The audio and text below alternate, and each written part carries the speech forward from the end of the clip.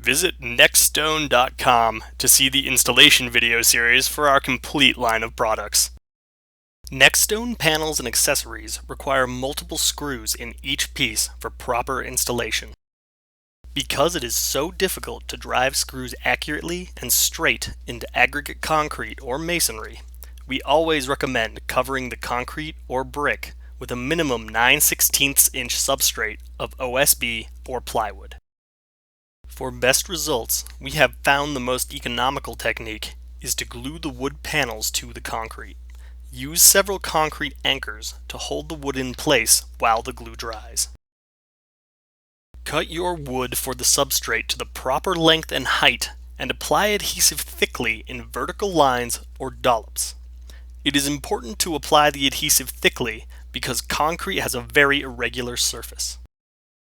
With the adhesive applied, work the substrate into position on the wall.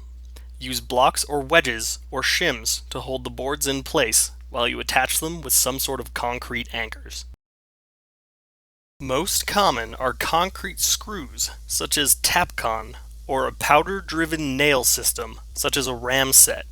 We are using a ram set in this video.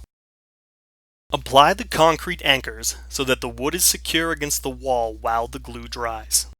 If the initial powder charge does not tighten the nail sufficiently, use a hammer to drive the nail in so the wood is pressed tightly against the wall.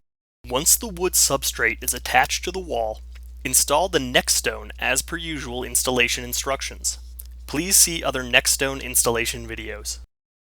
Snap a level line the length of your wall once your starter strip height has been determined.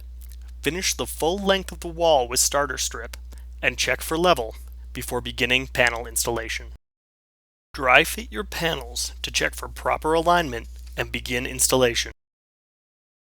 Remember to set the first screw on of each panel at a 45-degree angle so as to drive the panel tightly against the panel next to it. If you do not have access to the end of the panel, drive the first screw into the screw hem at a 45-degree angle to tighten it to the panel next to it. Use the same 45-degree screw technique when installing the ledgers so that they have a nice, tight fit against each other on the wall.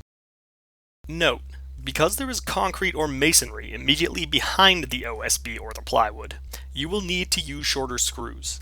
Depending on the thickness of the substrate, you'll need 1 inch or less to properly countersink the screw heads into the NextStone. We hope you found this video helpful.